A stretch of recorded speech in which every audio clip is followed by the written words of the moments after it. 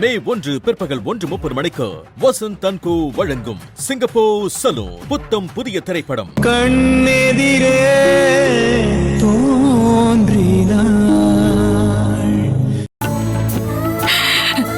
ஒரு மகளா நான் உயிரோட இருந்தோம் இப்ப வரைக்கும் அவங்களோட சாவுக்கு என்னால ஒரு நீதி வாங்கி கொடுக்க முடியலப்பா. அப்புறம் நான்லாம் இன்னும் ஏன் உயிரோட இருக்கணும்?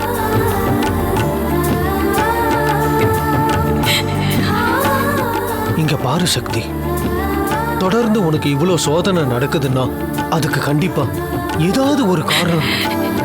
அதுக்கு இப்ப நீ தைரியமா இருக்கிறத விட இன்னும் நீ அதிகமா தைரியமா இருக்கணும். சருக மிதிக்காம காத்துக்கு நடக்க தெரியாதுமா. அதே மாதிரி நல்லவங்களுக்கு காயங்கள் கொடுக்காம அந்த கடவுளால இருக்க முடியாது. எல்லாரோட வாழ்க்கையும் ஒரு நாள் மாறும் சக்தி. நீ வந்த பிறகு இந்த அப்பாவோட வாழ்க்கை மாறின மாதிரி கூடிய சீக்கிரம் உன்னோட வாழ்க்கையும் மாறிடும்மா. இதோ பாரு, இந்த அப்பா அடிச்சு சொல்ற, நல்லா கேட்டுக்கோ. உன்னோட நல்ல மனசுக்கு இனிமே நடக்க போறது எல்லாமே ரொம்ப நல்லதாவே நடக்கும்மா. இனிமே உனக்கு யாரும் இல்லைன்னு நினைக்காத, நாங்க இருக்கிறேன்டா. கலங்காது, தைரியமா இருக்கு, புரியுதா?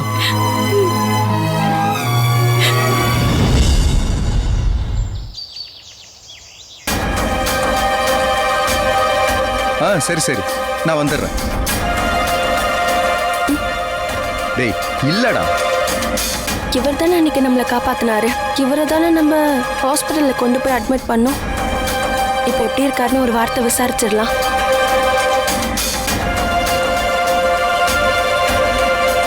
சார்.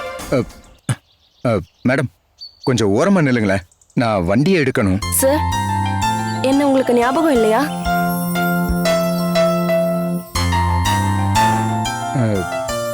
சத்தியமா நீங்க யாருன்னு எனக்கு தெரியல. நீங்க தான் வேற யாரோ நினைச்சு என் கூட பேசிட்டு இருக்கீங்க. என்ன சார், கொஞ்சம் கூட யோசிக்காம சட்டன்னு இப்படி சொல்லிட்டீங்களே. நல்லா ஒரு வாட்டி யோசிச்சு பாருங்க சார். அன்னைக்கு நீங்க என்ன பார்க்கும்போது மயக்கத்துல இருந்தீங்க. தண்ணி அடிச்சா எப்பவுமே மயக்கத்துல தான் இருப்பாங்க. நீங்க என்னைக்கு எங்க என்ன பாத்தீங்கன்னு எனக்கு சுத்தமா ஞாபகம் இல்லை. ப்ளீஸ் கொஞ்சம் வழிய விடுறீங்களா? இன்னைக்கு வீக்கெண்ட், பார்ல கூட்டம் ஜாஸ்தியா இருக்கும். சீக்கிரம் போனாதான் நிம்மதியா உட்காந்து சரக்கடிக்க முடியும். சார், உங்க நெத்தில அடிபட்டிருக்க காயத்துக்கு காரணமே நான் தான் சார். அதானே பார்த்தேன். இத்தனை நாளா எவ்வளவு குடிச்சாலும் தெளிவா இருந்த அருணுக்கு எப்படி நெத்தில காயம் வந்துச்சுன்னு யோசிச்சு பார்த்தேன். சுத்தமா எனக்கு எதுவுமே ஞாபகம் இல்லை. ஆனா இப்ப நீங்க சொன்னதுக்கு அப்புறம் தான் தெரியுது இதுக்கு காரணம் நீங்க தான். ஏங்க, என்னோட மண்டை உடைக்கிற அளவுக்கு அப்படி என்னங்க உங்களுக்கு என் மேல கொலவெறி? அவசரப்படாதீங்க சார், கொஞ்சம் பொறுமையா கேளுங்க. நீங்க நினைக்கிற மாதிரி நான் ஒன்னும் உங்களை அடிச்சு மயக்கம் போட வைக்கல. அன்னைக்கு நான் நடந்து வந்துட்டு இருந்தப்போ எதிர்த்தாப்புல நீங்களும் வந்துட்டு இருந்தீங்க. அப்ப ரொம்ப ஸ்பீடா கார்ல ஒருத்தன் வந்துட்டு இருந்தான். அதை நான் கூட கவனிக்கல. ஆனா நீங்க அதை பார்த்துட்டு என்னை பிடிச்சு ஓரமா தள்ளுறப்போ அந்த கார்காரன் வந்து உங்களை இடிச்சிட்டான் சார். அப்ப நீங்க நல்லா தடுமாறி கீழே விழுந்துட்டீங்க சார். அப்போ உங்களுக்கு பயங்கரமா நெத்தியில் அடிபட்டு ரத்தம் வந்துருச்சு. நீங்க மயக்கத்துக்கு போயிட்டீங்க. அப்புறம் என்னோட வாட்டர் பாட்டிலை ஓபன் பண்ணி தண்ணி தெளிச்சு நான் தான் உங்களை கூட்டிட்டு போய் ஹாஸ்பிட்டல்ல சேர்த்தேன். அந்த நல்ல எண்ணத்துலயும் அக்கறையிலையும் தான் சார் நீங்க எப்படி இருக்கீங்கன்னு நலம் விசாரிச்சேன். இப்பயாச்சும் உங்களுக்கு என்ன ஞாபகம் வருதா? சாரிங்க, எனக்கு உண்மையிலே ஞாபகம் இல்லை. அன்னைக்கு நான் குடிச்சிருந்தேன், அதனால போதையில இருந்திருப்பேன். எனக்கு எதுவுமே சுத்தமா ஞாபகம் இல்லை. அப்ப போதையில வந்துட்டு இருந்த நீங்க எப்படி கரெக்டா என்ன காப்பாத்துனீங்க? இங்க பாருங்க, இந்த உலகத்திலேயே அதிகமான இறக்க குணம் கொண்டவங்க யாருன்னு தெரியுமா? குடிகாரம் மட்டும்தான். மனசுக்குள்ளேயும் எதையும் வச்சுக்க மாட்டாங்க, மண்டைக்குள்ளேயும் எதையும் வச்சுக்க மாட்டாங்க. ஒரு குழந்தை எப்படி ஃபீடிங் பாட்டில குடிக்குதோ அது மாதிரி என்ன மாதிரி நிம்மதி இல்லாம சுத்துற ஆளுங்களுக்கு ஃபீடிங் பாட்டிலே சரக்கு தாங்க. அந்த டைம்ல என்ன நடந்துச்சு ஏது நடந்துச்சுன்னு எதுவுமே எனக்கு ஞாபகம் இல்லை. இப்ப நீங்க அதை சொன்னப்ப கூட எனக்கு முழுசா ஞாபகம் வரல. இப்படி எல்லா விஷயத்தையும் டக்கு டக்குன்னு மறக்கிற மாதிரி வாழ்க்கையில எல்லா கசப்பான விஷயத்தையும் மறக்கிறதுக்கு அந்த ஆண்டவன் ஒரு வரம் கொடுத்திருந்தா எவ்வளவு சந்தோஷமா இருந்திருக்கும் தெரியுமா? அப்புறம் நான் இப்போ உங்களுக்கு தேங்க்ஸ்லாம் சொல்ல மாட்டேன். ஏன்னா அன்னைக்கு நான் உங்களை காப்பாத்தினதுக்காக தான் என் தலையில அடிபட்டுச்சுன்னு நீங்களே சொல்றீங்க. அப்போ அதை பேலன்ஸ் பண்ணதான் நீங்க என்ன ஹாஸ்பிட்டல்ல கொண்டு போய் சேர்த்திருக்கீங்க. ஸோ நீங்க செஞ்சதுக்கும் நான் செஞ்சதுக்கும் சரிக்கு சரியா கழிஞ்சு போச்சு. அப்புறம் இன்னொரு விஷயம், இனிமே எதிர்காலத்துல எங்கேயாவது என்ன பார்த்தா தயவு செஞ்சு எந்த உதவியும் பண்ணாதீங்க. ஏன்னா நான் ஒரு மொடா குடிகாரன். ஒரு காலத்துல குடிக்கிறவங்களை கண்டாலே கோவமா வரும். ஆனா அதை அனுபவிக்கிறப்பதான் புரியுது எல்லாருமே ஏன் அப்படி குடிச்சுக்கிட்டு இருக்காங்கன்னு. பாருங்க.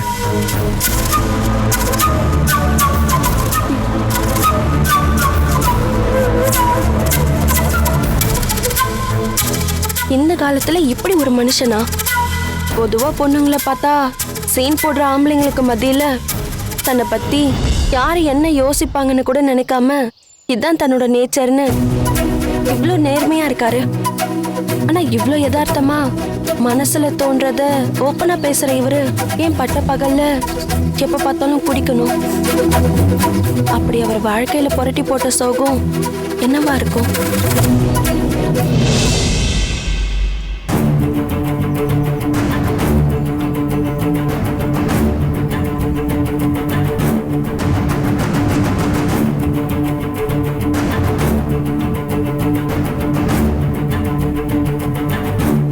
ஏம்மா நில்லு. எங்க போகணும்? யாரை பார்க்கணும்? நான் கமிஷனரை பார்க்கணும். என்ன விஷயம்? எதுக்காக பார்க்கணும்? ஒரு கம்ப்ளைண்ட் விஷயமா நான் அவரை பார்க்கணும். ப்ளீஸ் கொஞ்சம் உள்ள விடுங்க. நில்லுமா. அப்பாயின்மெண்ட் இருக்கா? என்னம்மா சொல்லுமா. அப்படிலாம் அப்பாயின்மெண்ட் இல்லாமலாம் பார்க்க முடியாது. உங்களுக்கு ஏதாவது பிரச்சனைனா உங்க ஏரியால இருக்கிற லோக்கல் போலீஸ் ஸ்டேஷன்ல கம்ப்ளைண்ட் கொடுங்க. சின்ன சின்ன விஷயத்துக்குலாம் இங்க வராது. ஐயோ மேடம், எங்க அம்மாவை கொலை பண்ணிட்டாங்க. இப்ப வரைக்கும் யாரும் எந்த ஆக்ஷனும் எடுக்க மாட்டேங்கிறாங்க. நான் இப்ப கமிஷனரை பார்த்து தான் ஆகணும். என்ன உள்ள விட போறீங்களா இல்லையா? யோ சார், என்ன அங்க வெளியில சத்தம்? என்னன்னு போய் பார்த்துட்டு வா. Yes sir.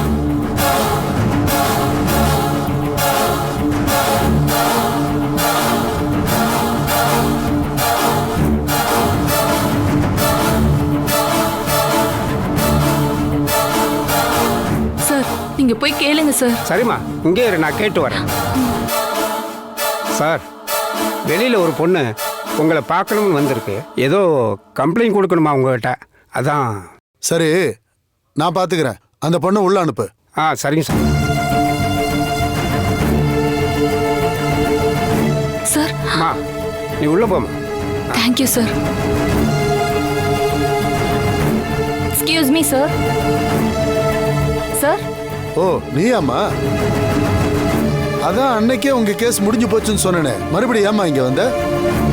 ஏன் வெளியே நின்று சத்தம் போட்டுக்கிட்டு இருக்க?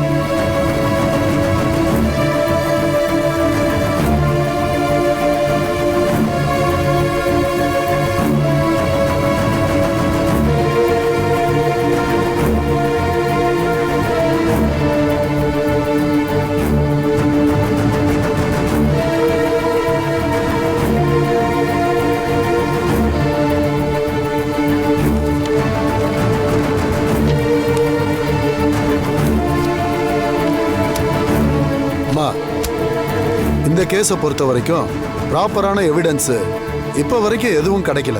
அதனால தான் இந்த கேஸில் ஏற்கனவே சீதாவை கொலை பண்ணதா கைது பண்ண திவ்யாவை போதிய சாட்சியங்கள் இல்லாத காரணத்தால் அவங்கள ரிலீஸ் பண்ணிட்டாங்கம்மா. ஏற்கனவே இந்த கேஸை பொறுத்த வரைக்கும் அவங்கள யாரோ கொலை பண்ணியிருக்காங்கன்னு தான் கம்ப்ளைண்ட் பதிவாயிருக்கு. பட் அன்ஃபார்ச்சுனேட்லி இப்போ வரைக்கும் ஸ்ட்ராங்கான எந்த எவிடன்ஸும் கிடைக்கலம்மா. இல்ல சார், இதுக்கு முன்னாடி போலீஸ் என்கொயரியில இருந்த போஸ்ட்மார்ட்டம் ரிப்போர்ட்ல அவங்க தலையில யாரோ அடிச்சு இறந்த மாதிரி தான் இருந்தது. ஆனா இந்த ரிப்போர்ட்ல ஏதோ பெரிய கனமான ஆயுதத்தால அவங்க பின் மண்டையில அடிச்சதுனால ஸ்கேல்ப் ஓபன் ஆயிருக்கு. அப்படி இறந்ததா தான் ரிப்போர்ட் எழுதி இருக்கு சார். இதுல எது உண்மைன்னு சத்தியமா எனக்கு தெரியல சார். சரிம்மா, அந்த ஸ்பாட்ல திவ்யாங்கிற பொண்ணை அரெஸ்ட் பண்ணாங்களே, அவங்க மேல உங்களுக்கு எந்த சந்தேகமும் இல்லையா? சார், கண்டிப்பா அவங்க பண்ணிருக்க வாய்ப்பே இல்ல சார். ஏன்னா திவ்யா என்னோட அண்ணி தான் சார். என்னை விட என் அம்மாவை அவங்க தான் சார் ரொம்ப நல்லா பாத்துக்கிட்டாங்க. அதனால கண்டிப்பா அவங்க பண்ணிருக்க வாய்ப்பே இல்ல சார். சரி, இதுக்கு முன்னாடி இந்த டீட்டெயில் எல்லாத்தையும் அந்த லோக்கல் ஏரியா இன்ஸ்பெக்டர் கிட்ட சொல்லாம இல்ல கோர்ட்ல சொல்லாம திடீர்னு இங்க வந்து சொன்னா இது மேல நான் என்ன ஆக்ஷன் எடுக்க முடியும்னு நினைக்கிறீங்க? அது மட்டும் இல்ல, இத்தனை நாள் வராம இன்னைக்கு ஏமா வந்திருக்கீங்க?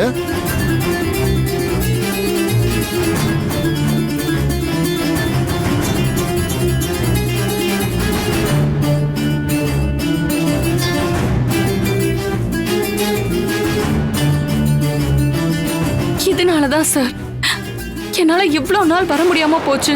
அது மட்டும் இல்லாம எங்க அம்மா எப்படி இறந்து போனாங்கங்கிற ஐடியா எனக்கு எதுவுமே இல்ல சார்.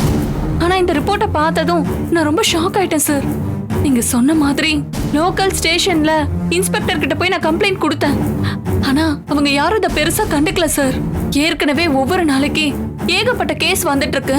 இதுல கோர்ட் தீர்ப்பு சொன்ன இந்த கேஸை ஏமா எடுத்துட்டு வந்து எங்க உயிரை வாங்குறேன்னு என்ன ரொம்ப அலட்சியப்படுத்தி அனுப்பிட்டாங்க சார். எனக்கு இப்போதைக்கு இருக்கிற கடைசி நம்பிக்கை இங்க மட்டும்தான் சார். நான் முழுசா உங்களை மட்டும்தான் நம்பி இருக்கேன். இந்த கேஸை மறுபடியும் ரீஓபன் பண்ணி என்கொயரி ஸ்டார்ட் பண்ணணும். கண்டிப்பா என்கொயரி பண்ணா எங்க அம்மாவை கொன்னது யாருன்னு தெரிஞ்சிரும் sir. Please sir, please sir, help பண்ணுங்க சார். அம்மா, நான் சொல்றேன்னு தப்பா எடுத்துக்காத. நான் இப்போதைக்கு உனக்கு எவ்வளவு சப்போர்ட் பண்ணாலும் இதுக்கப்புறம் இந்த கேஸை பொறுத்த வரைக்கும் எதுவுமே நடக்க போறது இல்லம்மா. ஏன்னா கோர்ட்டு தீர்ப்பு சொல்லி ஒரு கேஸ் க்ளோஸ் ஆயிடுச்சுன்னா அதுக்கு யாருமே பெருசா எஃபோர்ட் போட மாட்டாங்க. அதே மாதிரி இந்த போஸ்ட்மார்ட்டம் ரிப்போர்ட்டை மட்டும் முக்கிய எவிடன்ஸா வச்சு நம்மளால எந்த ஆக்ஷனும் எடுக்க முடியாதுமா. அதனால நான் ஒரு வெல்விசரா சொல்றேம்மா, இதுக்கப்புறம் இந்த கேஸை செக் பண்ண எதுவுமே இல்லை. அதனால இந்த கேஸை இப்போ ரீஓப்பன் பண்ண சொல்லி என்னால் ஆர்டர் பண்ணவே முடியாதுமா. அப்படியே நான் பண்ணணும்னாலும் அதுக்கு சில ஃபார்மாலிட்டிஸ் எல்லாம் இருக்குமா.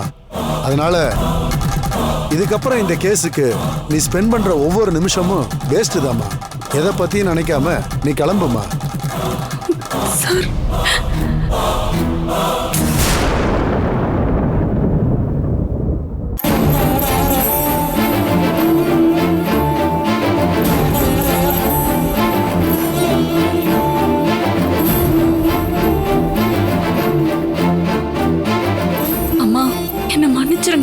உங்களுக்கு பிள்ளையா பிறந்து என்னால எதுவுமே செய்ய முடியாம கூனி குறுகி போய் நிக்கிறேன். பாத்தீங்கல்ல உங்க பொண்ணு சக்திக்கு வந்த நிலைமைய. ஆனா நான் இதை இப்படியே விட மாட்டேமா. என்னால எவ்வளவு போராட முடியுமோ கண்டிப்பா கடைசி வரைக்கும் போராடுவேன். ரொம்ப கஷ்டமா இருக்குமா. இதை யார்கிட்ட சொல்லி புலம்புறதுன்னு கூட தெரியல.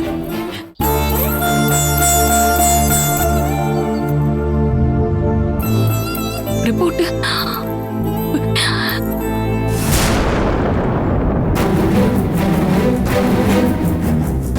மேடம், ரிப்போர்ட்டை உள்ள வச்சுட்டு வந்துட்டாங்க.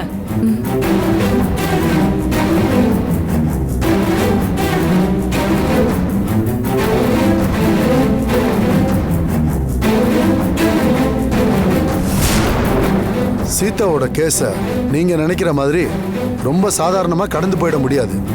அவங்க பொண்ணு சக்தி இப்பதான் வந்துட்டு போச்சு. அந்த பொண்ணு கொண்டு வந்த ரிப்போர்ட்டை நான் படிச்சு பார்த்து மிரண்டு போயிட்டேன்யா. அந்த சீதாவை பிளான் பண்ணி துடிக்க துடிக்க கொலை பண்ணியிருக்காங்கன்னு முன்னாடியே தெரிஞ்சதுனால தான் இதுக்கு மேலேயும் எதுவும் பெரிய பிரச்சனை ஆயிடக்கூடாதுன்னு தான் அந்த டாக்டர் கிட்ட சின்னதா ரிக்வெஸ்ட் பண்ணியிருந்தேன். அதனால தான் இதுக்கு முன்னாடி வந்த என்கொயரி எல்லாம் பெருசா நமக்கு ப்ரெஷர் வராத அளவுக்கு ஒரு போஸ்ட்மார்ட்டம் ரெடி பண்ணி அந்த பொண்ணு கிட்ட கொடுத்தேன்யா. ஆனா அந்த சீதாவோட உண்மையான போஸ்ட்மார்ட்டம் ரிப்போர்ட் இப்ப அந்த பொண்ணு கையில இருக்கியா. இது பெரிய இடத்து விவகாரங்கிறதுனால இந்த கேஸ்ல நம்மளால எதுவுமே தலையிட முடியாது. இப்ப மட்டும் இந்த கேஸை ரீஓபன் பண்ணா கண்டிப்பா கொலை பண்ண உண்மையான கொலைகாரன் யாருன்னு நம்ம கண்டுபிடிச்சிடலாம்யா.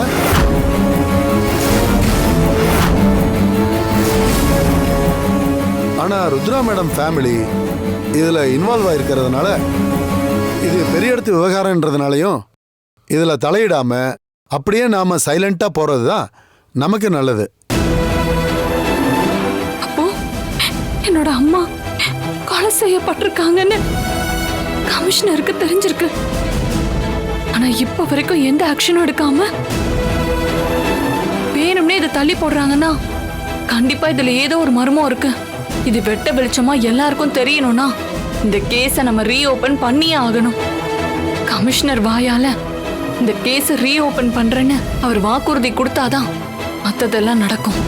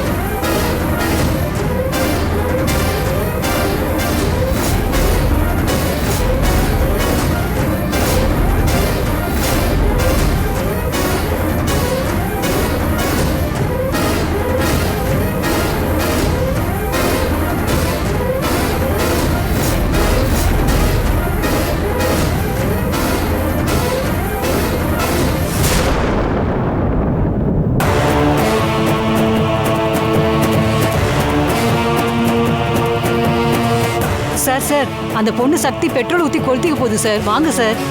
என்னம்மா சொல்ற? ஆமா சார் வாங்க சார்.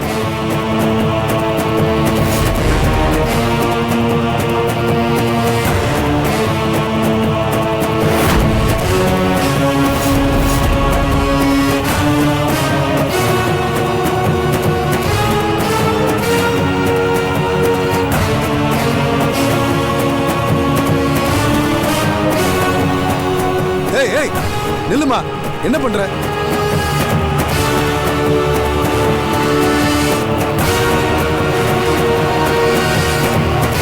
சார், நீங்க உள்ள பேசிட்டு இருந்த எல்லாத்தையும் நான் கேட்டுட்டு தான் இருந்தேன். இந்த கேஸ ரீஓபன் பண்ணா என் அம்மா எப்படி இறந்து போனாங்கங்கறத கண்டிப்பா உங்களால கண்டுபிடிக்க முடியும். ஆனா பெரிய இடத்த விவகாரம்னு நீங்க ஏதேதோ காரணம் சொல்லி இந்த கேஸ ஓரம் கட்டுறீங்க. எங்களை மாதிரி இருக்கிற மிடில் கிளாஸ் ஃபேமிலிக்கு கடைசி நம்பிக்கையே நீங்களும் சட்டமும் தான். எங்களுக்கெல்லாம் உறுதுணையா இருப்பீங்கன்னு நாங்க நினைக்கிறோம். ஆனா இவ்வளவு தூரம் நடந்ததுக்கு அப்புறம் நான் உயிரோட இருந்து என்ன பெருசா சாதிக்க போறேன்? என் அம்மாவோட இறப்புக்கு எந்த ஒரு நியாயமும் இப்ப வரைக்கும் கிடைக்காதப்ப, என்னால எதுவும் பண்ண முடியாதப்ப, என்ன மாதிரி ஆளுங்களாம் எதுக்கு சார் இந்த சமுதாயத்துல உயிர் வாழணும்? இன்னைக்கு எனக்கு நடந்த இந்த நிலைமை எதிர்காலத்துல வேற யாருக்கும் எந்த பொண்ணுக்கும் நடக்க கூடாது. மாமா நிறுத்துமா நிறுத்துமா நிறுத்துமா நிறுத்துமா நிறுத்துமா. அம்மா இங்க குடுமா விடுங்க குடு சொல்றல இங்க குடு விடுங்க குடுமா இங்க.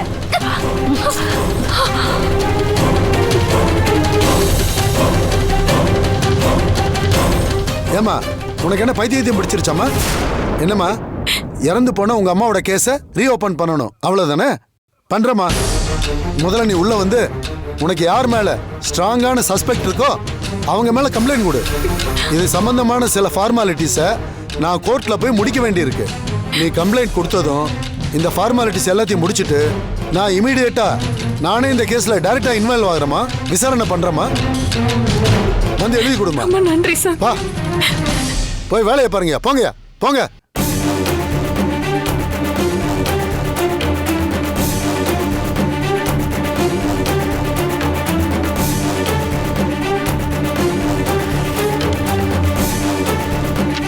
இந்தாம்மா, இந்த பேப்பர்ல உனக்கு யார் மேல சந்தேகம் இருக்கோ கம்ப்ளைண்ட் எழுதி கொடுமா.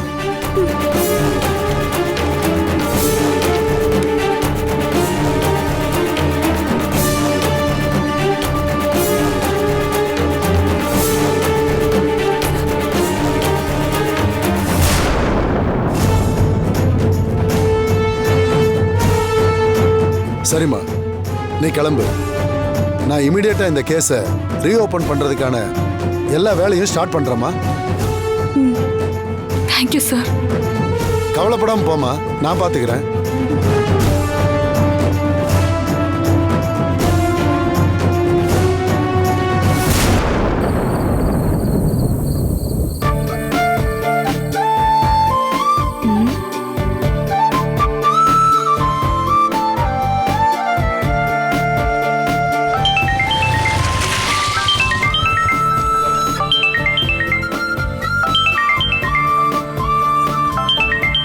காயத்ரி, ஹலோ சொல்லுங்க மேடம். என்ன காத்து நம்ம பக்கம் அடிக்குது? என்ன புதுசா மேடம்னு சொல்றீங்க? உங்களுக்கு என் கூட பேச விருப்பம் இல்லைன்னா போனை கட் பண்ணிடுங்க. அதுக்காக யார்கிட்டயோ பேசுற மாதிரி என்கிட்ட பேசாதீங்க. அட கோச்சிக்காதீங்க காயத்ரி. நான் இப்ப பைக்ல வரப்ப கூட உங்களுக்கு கால் பண்ண தான் நினைச்சுக்கிட்டே வந்தேன். சரி சரி, லேட் நைட் ஆயிடுச்சு. நீங்க வீட்ல இருக்க டைம்ல எதுக்கு தேவையில்லாம உங்களுக்கு கால் பண்ணி தர்ம சங்கடத்தை கொடுக்கணும் தான் நான் உங்களுக்கு கால் பண்ணல. நீங்க இவ்ளோ பொறுப்பா இருக்கிறது நினைச்சா எனக்கு ரொம்ப சந்தோஷமா இருக்கு. ஆனா உங்களுக்கு இன்னொரு விஷயம் சொல்றேன். நான் இப்போ வீட்ல இல்ல. ஏன்? நான் ஹாஸ்பிட்டல்ல தான் இருக்கேன்.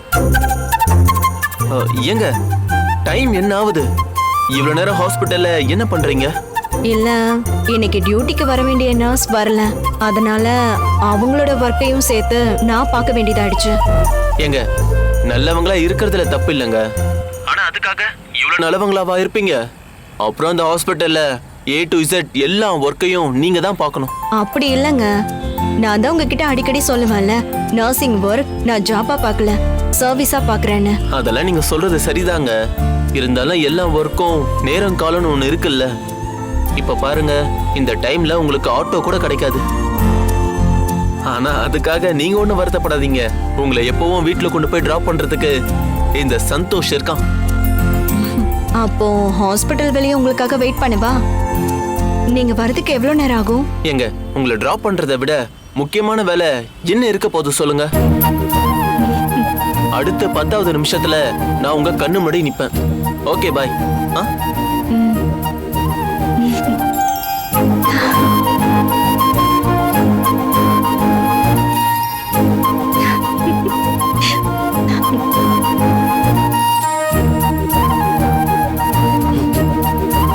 ஹே காயத்ரி, என்ன முகத்துல ஏதோ 1000 வாட்ஸ் பல்ப் எரியற மாதிரி சிரிச்சு ஜாலியா இருக்கீங்க? அப்படியெல்லாம் எதுவும் இல்ல சார்.